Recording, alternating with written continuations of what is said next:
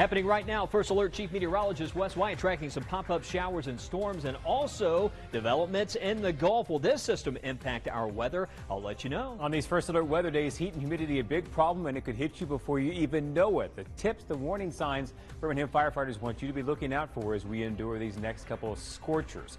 And it was foiled. It was a mask. It was everything you could think of to try and hide this guy's identity. But at the end, this bank robber got caught and in a hurry. How local investigators hunted him down. And a crazy scene, smoke, flames, and a veteran in cuffs. What happened on this New York street tonight and why investigators think he was targeting that building, Brittany? And a DoorDash driver says he was stabbed multiple times over an order. It's never that serious, but things got quite serious when police shot the man who stabbed him. We'll tell you all about that. And a road is closed. The signs are there, but drivers are still driving on it. Why the crew is saying you're putting them in danger. Live on your side. 6 on your side starts with First Alert Weather. And right now we begin with another First Alert weather day declared for Tuesday and Wednesday. Expect more of this heat tomorrow. Highs will be in the mid-90s, as hot as 95 degrees, but the heat index could top 105, and that will continue through Wednesday. Also, there will be a greater chance for some storms by late Wednesday. Right now, not seeing any major storms, but there are some pockets of rain that have started to pop up out there.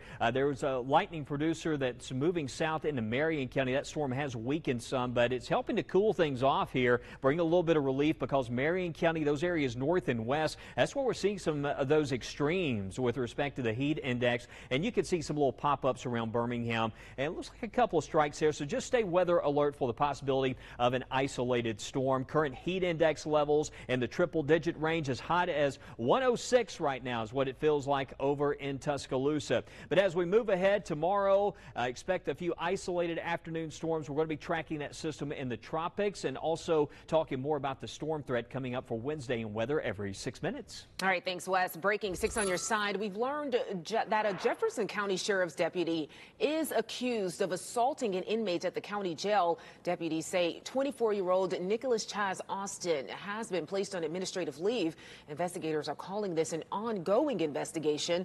Austin was arrested July 15th and is charged with second-degree assault. Also breaking right now, firefighters and first responders from Homewood and Calera in Texas tonight to help our neighbors there recover from floods. Members of both fire departments are joining forces in San Antonio to help with search and recovery efforts, and both asking for your prayers tonight for these heroes who are working on the front lines and expected to be home sometime later this week.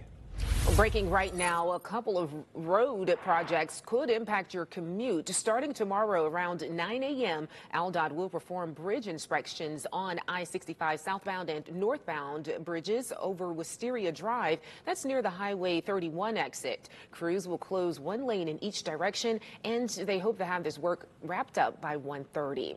Another massive project in Hoover that could slow down your commute. Just a couple of miles up the road from that, AlDOT's about to start repaving 459 from exit 10 to exit 13. That is that stretch that runs from the Galleria Highway 31 down to the Stadium Trace Grove exit there on Highway 150. And they'll have a lane closed every night from about 7 p.m.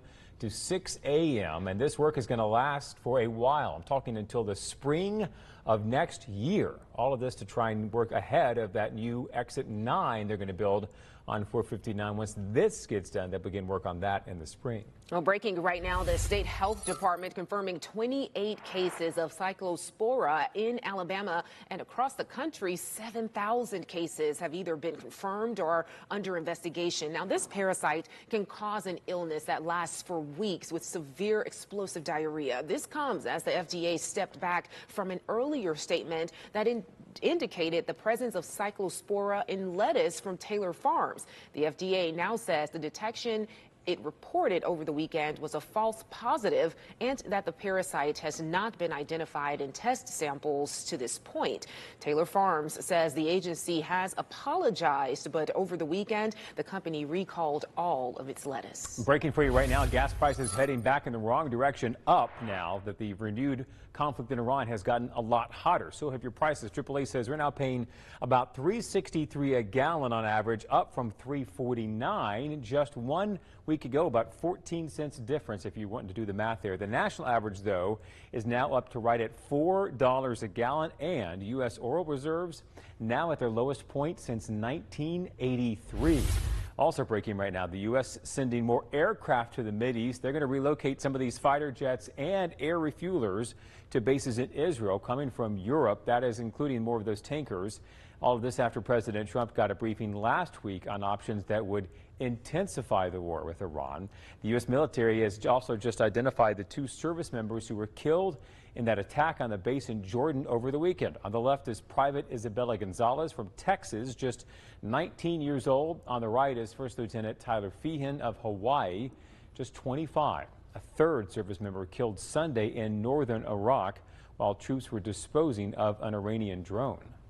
Happening right now, a man in custody accused of throwing an incendiary device at a federal building in Manhattan. Look at this. This all was quite chaotic. This was the scene that unfolded this morning. That building houses offices for several agencies, including the FBI and ICE. Investigators believe that device contained fireworks and say the suspect poured gasoline down a set of stairs before setting it on fire. The incident left the suspect hurt and 2 other people with minor injuries.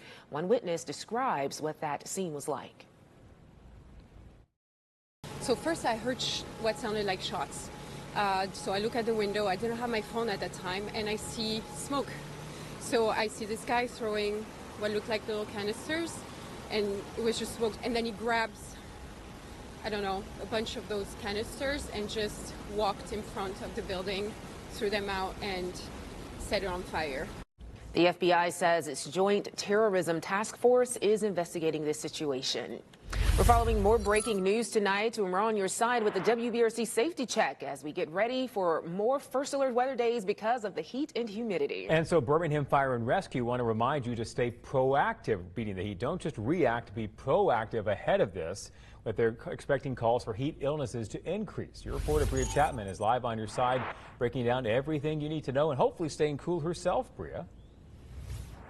Yes, that's right, Jonathan. I am. And that's because firefighters say heat can take over your body quickly, and often it's children and seniors who we see being impacted first. Now, this week, Birmingham Fire and Rescue says it's important that you and your family pay close attention to how you feel, especially if you have outdoor plans. Now, leaders with Birmingham Fire and Rescue say one of the biggest mistakes people make is being outdoors too long during the hottest part of the day, and it can be even more dangerous for children playing outside and seniors who may not notice the symptoms right away. Lieutenant Daryl Lane with BFRS says if you plan to be outside, you should be drinking a cup of water every 20 minutes, and you should be eating foods with a higher water content like watermelon or cucumber. Now, Lane says one of the most important red flags you should pay attention to is if you're outdoors and you are not sweating.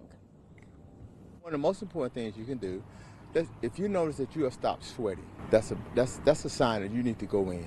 You need to go in the house, you need to go into a shaded area, and you need to go in, especially an air-conditioned location. One of the things you will want to try to do is limit your time outside and limit your working time. You want to try to limit your time between the hours of 10 a.m. to 4 p.m. And first responders say if you notice any symptoms of a heat-related illness like vomiting or nausea, or you're outdoors again and you are not sweating, you should call 911.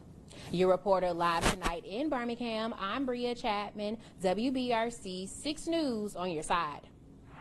All right, Bria, we've had a couple little pop-up showers around the Birmingham area. You can see that view from Red Mountain. It's getting kind of hazy with the muggy air in place, and that's what's going to drive up those temperature extremes and why we have carried that first alert weather day over through Wednesday.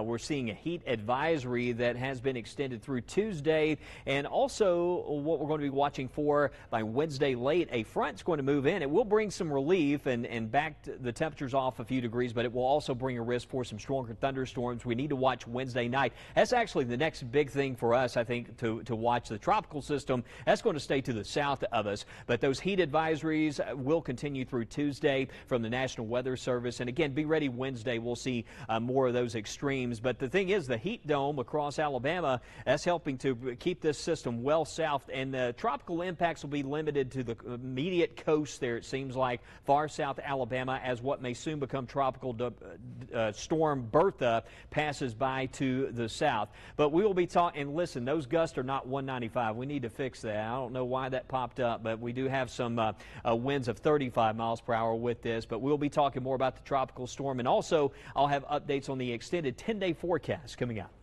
New information on how officers were able to track down a suspected bank robber last week. Yeah, Springville police say Christopher Tribble was the one who robbed the PNC location last Monday, wearing glasses, a mask, and a helmet to try and hide his identity. Investigators say he tried to disguise his motorcycle by wrapping this aluminum foil around it. Chief Justin Mize says the bank robber was in and out in just a few minutes, but the FBI says tips and working across several agencies critical to catching the suspect. With an armed bank robbery, walking in with a firearm, frightening and threatening customers and employees. And we're going to work alongside our partners to hold those people accountable. Investigators arrested Tribble Friday and say more charges could be possible. New tonight, we're hearing from a DoorDash driver who says he was attacked by a man before an officer shot the man. This all went down in Russellville in northwest Alabama. Police say the suspect attacked the driver with a knife because he thought part of his DoorDash order was stolen. The driver says he was stabbed all over his body and can't work for weeks. Police say when officers got there, the situation escalated. They say that the man rushed at an officer with a knife, injuring that officer. That's when police say the officer shot the man, killing him. He was either going after me or the cop, and the cop had to shoot. He had no other choice. But it was just that quick thinking, is there going to be two dead people or just one, He had to think about it, but he did an amazing job. I really do think he did. He saved my life. He really did.